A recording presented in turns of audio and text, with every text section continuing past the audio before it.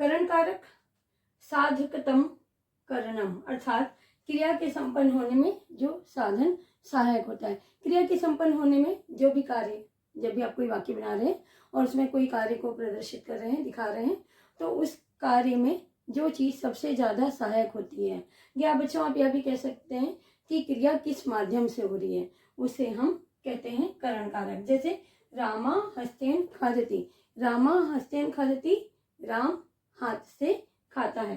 तो राम खाना खाने की क्रिया तो कर रहा है, लेकिन किसके माध्यम से? हस्तेन, अर्थात मैं कलम से लिखती हूँ। या जैसे कि आप और भी बोल सकते हैं कि रामा यानेन गच्छति, राम यान से जाता है, गाड़ी से जाता है। तो इस प्रकार जो भी क्रिया हो रही है वो क्रिया किस माध्यम से हो रही है, जब यह मुख्य रूप से बताया जाए तो उसे बच्चों हम कहते हैं करण कारक। करण मतलब कारण, क्रिया का कारण, क्रिया का माध्यम। अब इसमें जो ध्यान देने योग्य बातें हैं वो बच्चों देखेंगे हम। जैसे कि करणे तृतीया, अर्थात करण कारक में हमेशा तृतीया विभक्ति का प्रयोग होता है।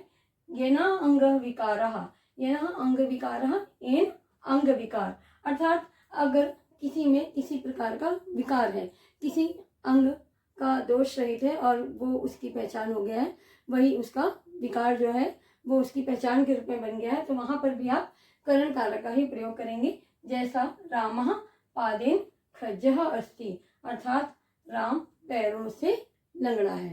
तो इस प्रकार करण कारक जब क्रिया जो है वो किस माध्यम से हो रही है यह बताया जाए उसे हम कहते हैं करण कारक। कारक का चौथा भेद है संप्रदान कारक। कर्मणा यम भी प्रेति सा संप्रदान, अर्थात दान कर्म की वस्तु द्वारा प्रसन्न करना।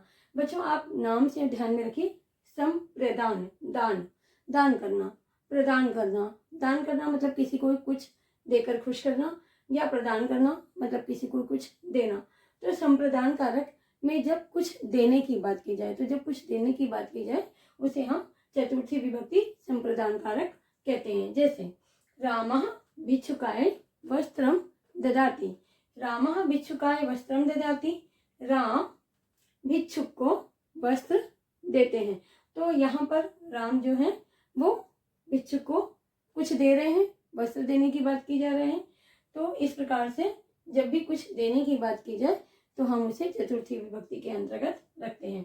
अब इसमें ध्यान देने योग्य बातें हैं चतुर्थी विभक्ति प्रयोगम की। जो आपका संप्रदान कारक है उसमें हमेशा चतुर्थी विभक्ति का प्रयोग होता है।